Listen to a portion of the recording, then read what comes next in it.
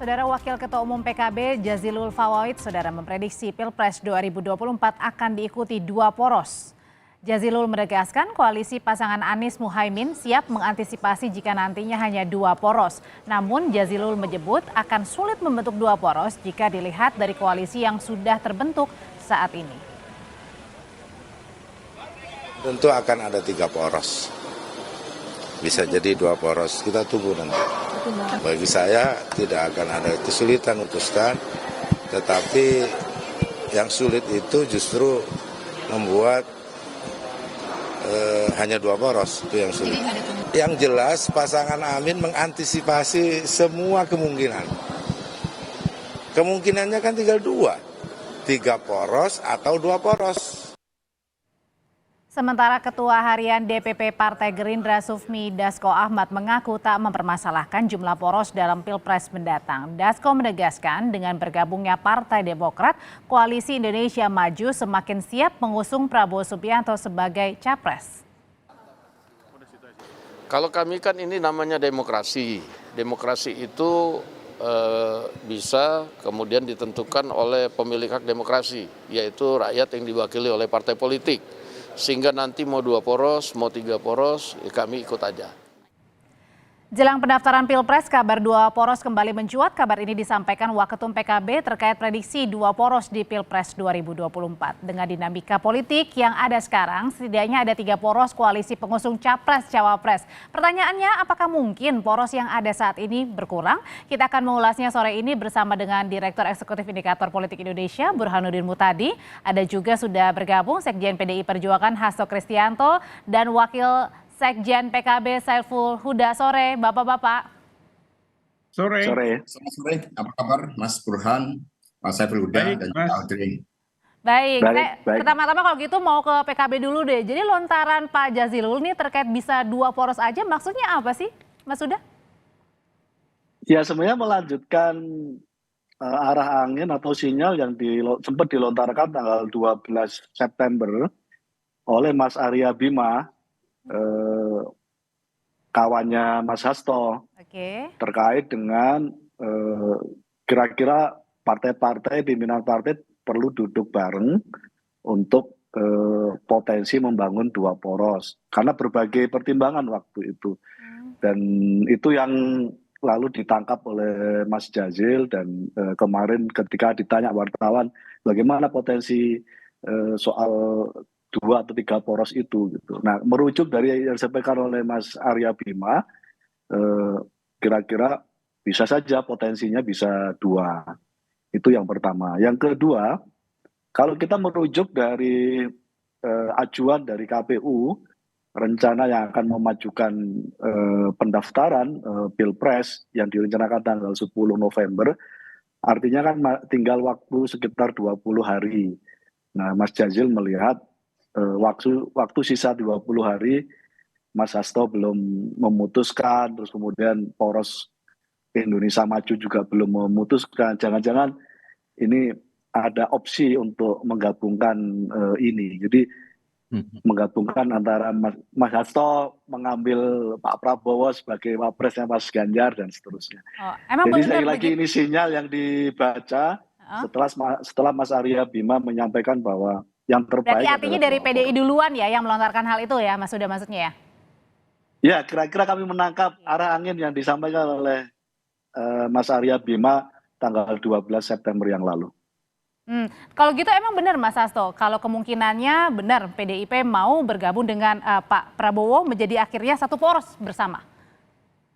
Ya, komunikasi politik terus dijalankan, tetapi bukan dalam kerangka dua paslon atau tiga paslon. Dalam konteks bagaimana pemilu 2024 menunjukkan peningkatan kualitas demokrasi yang ada, sehingga narasi terhadap gagasan masa depan itu sangat penting diajukan oleh PD Perjuangan. Sama hari ini kami menggagas tentang pentingnya kedaulatan pangan, kami undang para pakar, karena itu narasi yang akan disampaikan oleh Pak Ganjar Pranowo.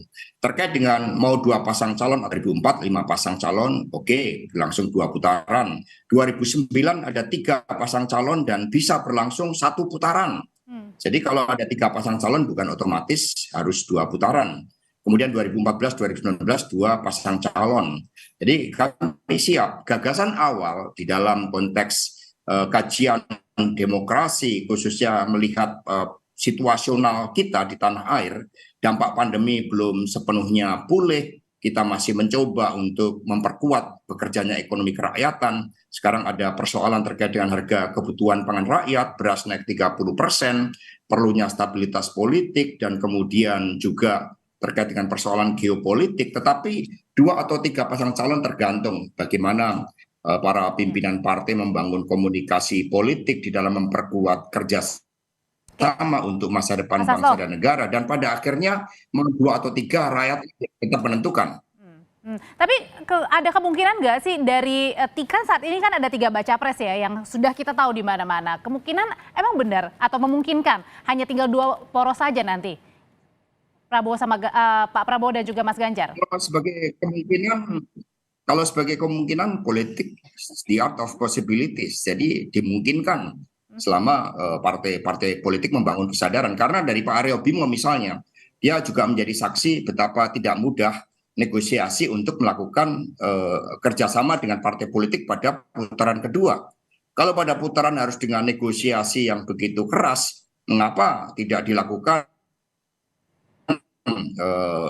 komunikasi politik di dalam membangun rakyat akan ya. Oke, baik. Mas Hasto, mohon maaf sambil diperbaiki jaringan komunikasinya. Kita akan ke Mas Burhan dulu. Pilihan yang kemudian ini memperkuat di dalam membangun perjuangan. Oke, mohon maaf Mas Hasto, boleh diperbaiki saluran komunikasi atau jaringan komunikasinya. Saya mau ke Mas Burhan dulu. Mas Burhan, apa betul hitung-hitungannya mungkin nih nantinya akan menjadi 2 poros dari 3 baca pres yang kita sudah tahu? Mas Burhan. Dalam politik tidak ada yang tidak mungkin. Halo. Ya, dalam politik tidak ada yang tidak bisa mungkin. Diterima. Silakan Mas Burhan. Oke, jadi izin Mas Hasto ya. Jadi pertama tidak ada yang tidak mungkin dalam politik, kecuali menghidupkan orang mati. Di luar itu sangat mungkin, karena bagaimanapun apa yang sudah terjalin dalam koalisi yang dibentuk oleh beberapa partai, sehingga memunculkan 3 poros per hari ini, itu baru akad keperdataan di tingkat partai, belum didaftarkan ke lembar negara, yaitu pada saat KPU membuka dan menerima pendaftaran dari koalisi. Nah, pertanyaannya bagaimana kemungkinan terjadi poros hanya tinggal 2? Menurut saya kemungkinan itu terjadi kalau Anies Baswedan mengalami penguatan secara elektoral.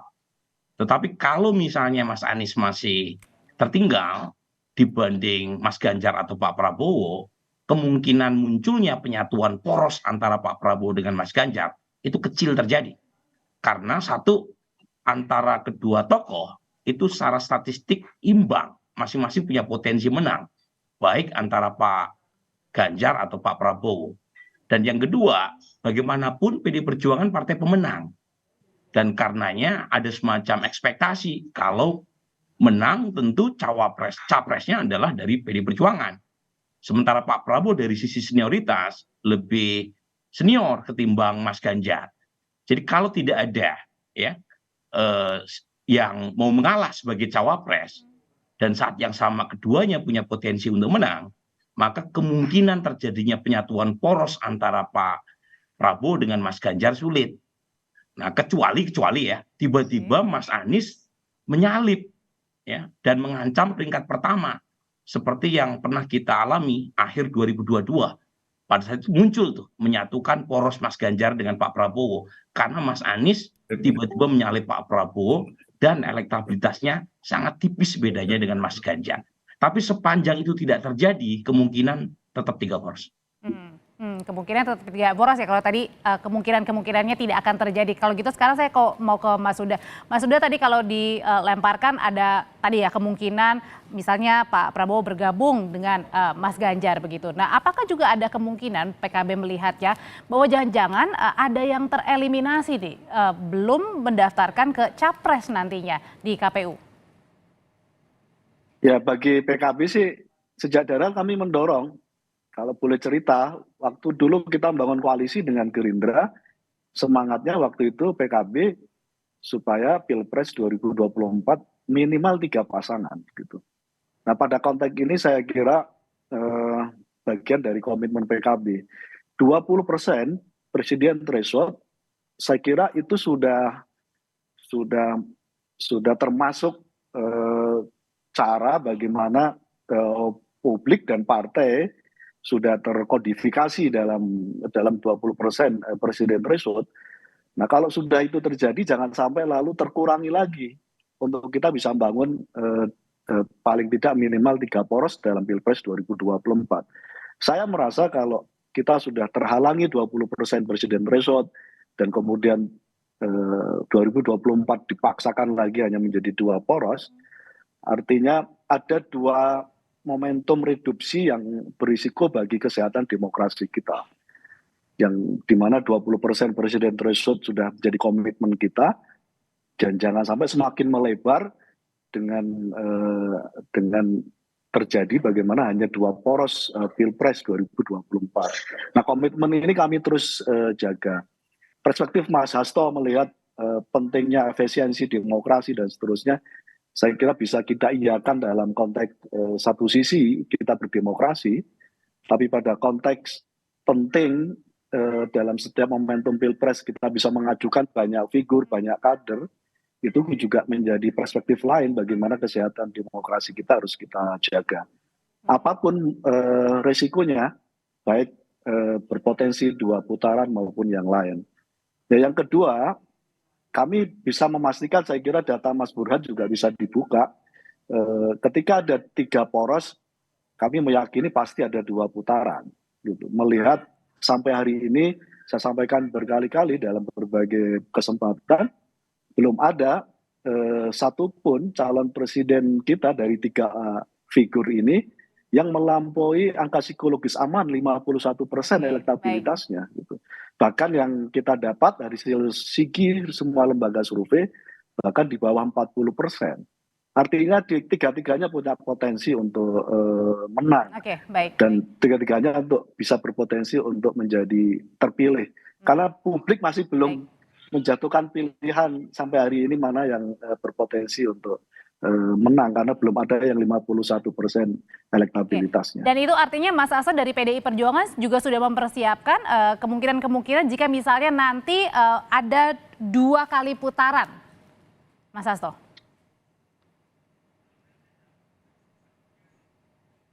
Mas Hasto? Ya. Ya. Artinya PDIP juga sudah memperhitungkan begitu jika nantinya terjadi 2 putaran di Pilpres. Ya tentu saja kami melakukan kerja politik sebaik-baiknya, maka di dalam pemilihan ketua tim pemenangan nasional, wakil-wakil ketua, kami lakukan dengan melakukan kajian secara seksama dengan melihat aspek-aspek demografi pemilih kita. Karena kami ingin bagaimana Pak Ganjar Pranowo yang memang telah dipersiapkan cukup lama sebagai pemimpin itu dapat memenangkan hati rakyat sehingga rakyat memberikan dukungan dan pemilu bisa berjalan secara efektif.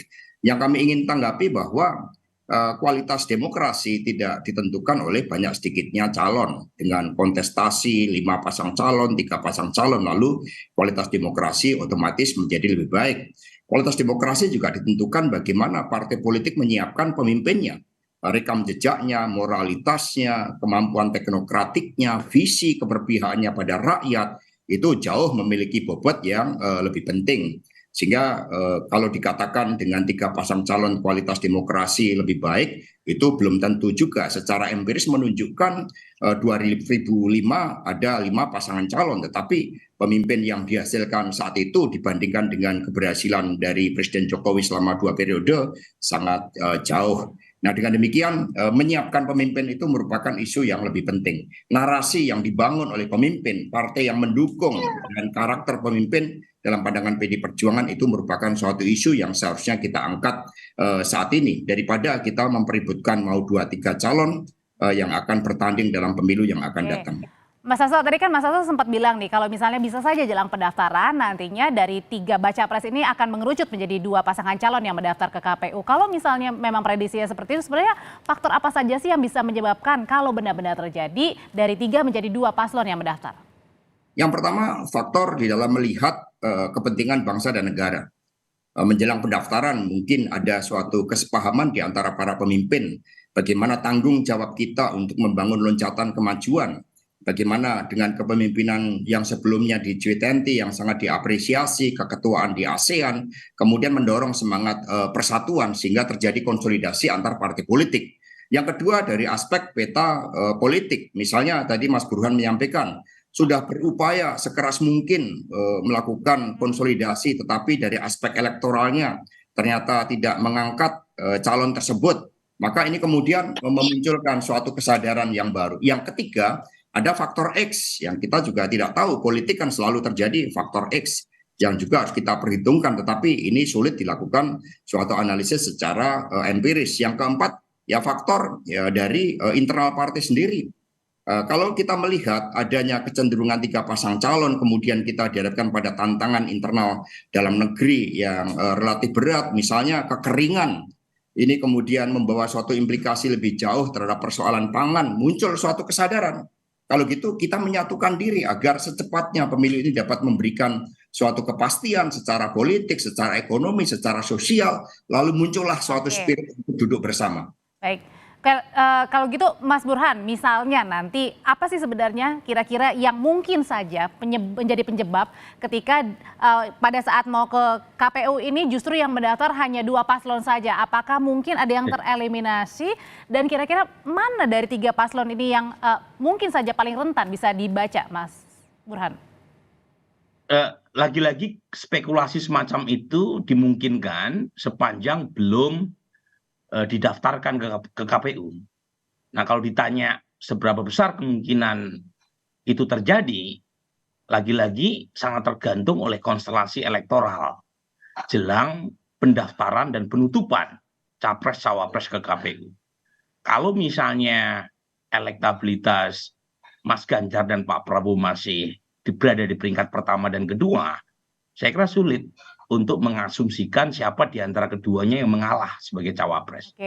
Apalagi keduanya sudah punya kendaraan politik. Nah, itu satu. Yang kedua, soal pluralisme politik penting. Jadi salah satu aspek demokrasi adalah adanya kompetisi, adanya kontestasi. Dan itu diwakili oleh capres-cawapres yang bisa mendapatkan kendaraan untuk maju. Meskipun saya setuju ya jumlah capres-cawapres tidak menjadi satu-satunya indikator kesehatan demokrasi, tetapi kalau misalnya ada jumlah pemilih yang signifikan yang tidak terwakili capres-cawapres di kotak suara, di kotak suara ya, itu tentu agak menyulitkan bagi proses akomodasi dan agregasi preferensi publik. Tetapi poin saya sendiri memang menangkap ya, ada semacam kekhawatiran dari Pak Jazilul. Jadi kalau 2 poros dengan asumsi Mas Ganjar dan Pak Prabowo bersatu, itu mau Mas Ganjar capresnya atau Pak Prabowo cawapresnya atau sebaliknya dalam survei kami ya, itu udah di atas 50%. Kisaran 55-58%. Dan Mas Anies tertinggal jauh. Jadi saya melihat memang Mas Jazilul ini bukan sekedar memprediksi, tapi juga menyuarakan sinyal kekhawatiran. Karena kalau misalnya benar gitu Mas Uda, itu berat buat Mas Anies. Mas Anies itu punya potensi kalau bisa menciptakan kejutan masuk ke putaran kedua. Oke, tahan dulu sampai situ Mas Burhan. Kita langsung nanya ke Mas Uda dulu ya. Benar kekhawatiran itu yang memang ditakutkan oleh PKB, Mas Uda? Enggak ada kekhawatiran. Oh, enggak ada, oke. Betul karena prediksi. Dan ini konsumsi demokrasi. Saya setuju disampaikan oleh Mas Hasto. Semua partai harus menyiapkan pemimpin. Dan kami menyiapkan pemimpin nih Mas. Gitu. Karena itu konsekuensi semua partai menyiapkan pemimpin, ya menurut saya semakin banyak calon kandidasi presiden semakin bagus. Semakin banyak calon wakil presiden semakin bagus. Tapi kalau tadi Pak Jazilul bilang kita mengantisipasi, mempersiapkan kemungkinan-kemungkinan. Ya kan sekali lagi sampai hari ini belum ada kandidat yang memenuhi angka psikologis aman 51% lebih. Apa yang disampaikan oleh Mas Burhan kan juga prediksi. Kita belum tahu 4 bulan ke depan suasana politiknya seperti apa. Karena yang pasti sampai hari ini publik belum menjatuhkan pilihan mayoritas kepada kandidat yang ada.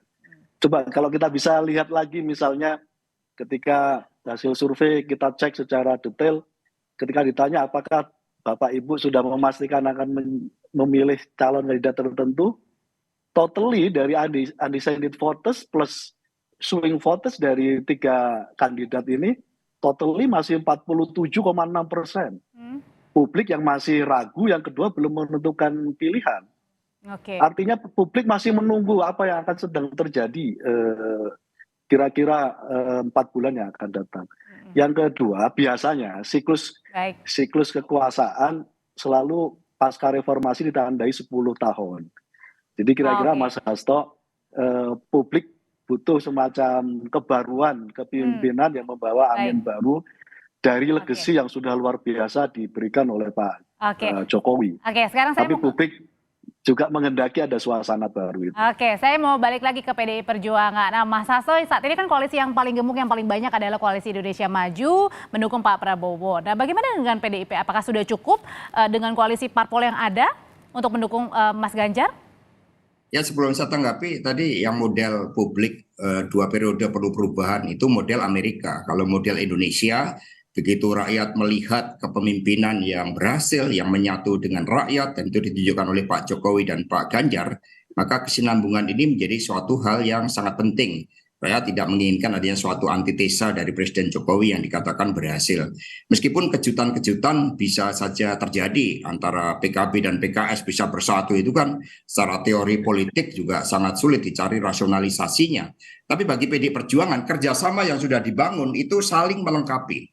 Ada PDI Perjuangan nasionalis Soekarnois, kemudian ada P3 dengan fokus pada basis Islam, dan kemudian juga berhimpitan dengan Partai Demokrat, lalu Hanura, Perindo, dan PDI Perjuangan nantinya juga berhadapan dengan partai-partai kekaryaan. Ini saling melengkapi satu sama lain, sehingga ini gambaran ideal kerjasama partai politik. Tetapi sekiranya ada konstelasi ideologis misalnya dari PKB dan PKS yang bergabung, PKB kemudian membangun komunikasi dengan PDI Perjuangan, karena kita ini naturnya dekat sekali. Nah, itu bisa jadi perubahan peta politik lagi. Mas udah tahu itu. Mas Hasto, terima kasih. Mas terima kasih juga Mas Burhan, sehat selalu. Terima kasih semuanya. Sama-sama. Terima kasih. Sebenarnya saudara, kami punya informasi